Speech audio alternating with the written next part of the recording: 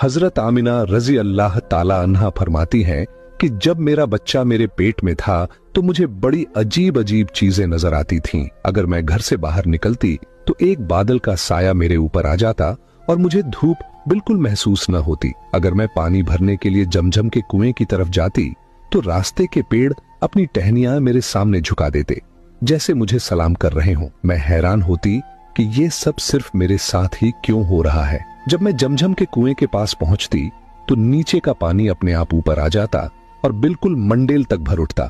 फिर मैं अपने हाथों से ही बाल्टी पकड़कर पानी निकाल लेती। मक्का की औरतें मुझे कुएं के पास रोक लेती और जाने न देती। वो कहती, ए आमिना, तुम थोड़ी देर और यहीं खड़ी रहो, वरना तुम्हारे जाने से पानी वापस नीचे चला जाएगा और हमें पानी भरने में बहुत मुश्किल होगी। इसी तरह हजरत आमिना रजी अल्लाह ताला अन्हा फरमाती है कि मैं सुना करती थी कि जब बच्चा पेट में होता है तो मां को बहुत तकलीफें झेलनी पड़ती हैं।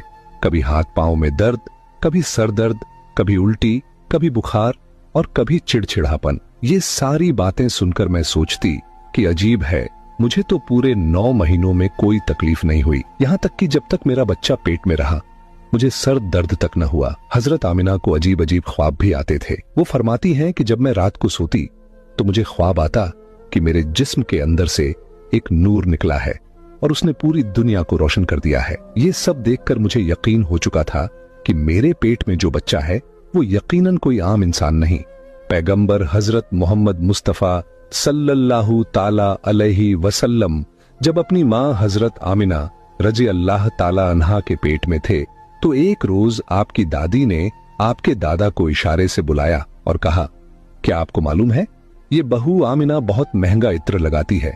मैं तो परेशान हो चुकी हूँ, आप जरा आमिना से इस बारे में पूछिए। ये सुनकर आपके दादा ने कहा, इस बारे में तू ही पूछ लेती, तूने क्यों नहीं पूछा? तो आपकी दादी ने कहा, मैंने कई मर्तबा कोशिश की, लेकिन जब भी मैं आमिना के सामने जाती हूँ तो उसका नूरानी चेहरा देखकर खामोश हो जाती हूँ। आमिना के चेहरे पर इतनी चमक आ गई है कि मैं कुछ पूछ ही नहीं पाती, आप ही जाकर पूछ लीजिए। ये सुनकर आपके दादा ने कहा, तू औरत जात है, घर में रहती है, लेकिन मैं मर्द हूँ, घर से बाहर निकलता हूँ, मक्का में कुरैश का सरदार हूँ। जो भी मुझसे मिलता है पूछता है, ए अब्दुल मुत्तलिब, तुम्हारे घर से इतनी इत्र की खुशबू कहाँ से आती है? और हाँ, एक अजीब बात यह है कि इत्र की खुशबू वहीं से आती है जहां आमिना जाती है।